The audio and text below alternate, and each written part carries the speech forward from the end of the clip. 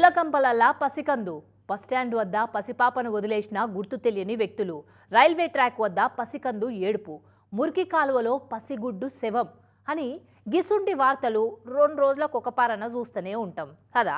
గసుంటి వార్తలు చూసినప్పుడల్లా మస్తు బాధ అనిపిస్తుంది.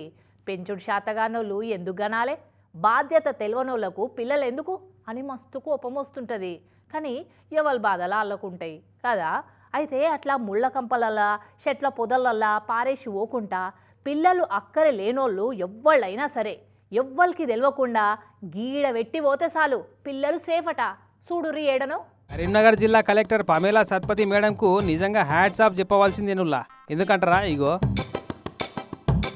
పిల్లలను కానీ పెంచుడు ఇష్టం లేక శతకొండీలల్లా ముళ్ళ కంపలల్లా మురికి కాలువల వారేసి పోయేటోళ్ళు ఎవరైనా ఉంటే గట్ల అనాథల లెక్క వారేసి పందులు కుక్కలు వీక్క తినేటట్టు పాప మూట కొట్టుకోకుండా పట్టుకొచ్చి ఈ ఉయ్యాలలో వేసిపోవచ్చునని ఓ కొత్త పథకం షురూ చేపించింది. ఇట్లా గట్ల ఎవరన్నా పిల్లలను ఈ ఉయ్యాలలో వేసిపోతే వాళ్ళ బాగోగులన్నీ సర్కారే చూసుకుంటుందట.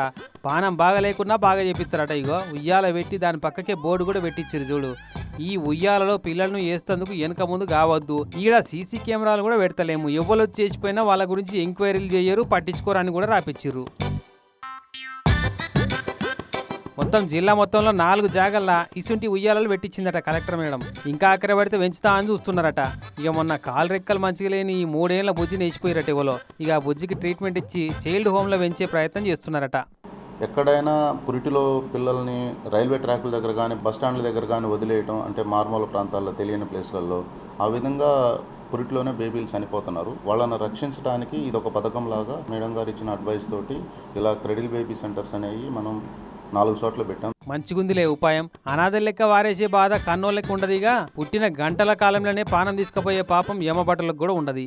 అసలు లెక్క ప్రకారం చూస్తే కరీంనగర్ కలెక్టర్ మేడంకి వచ్చిన ఈ ఆలోచన అంతటా పాటిస్తే బాగుంటుందేమో అనుకుంటున్నారట ఈ ఉయ్యాల ఐడియాను తారీఫ్ చేస్తున్న జనాలంతా.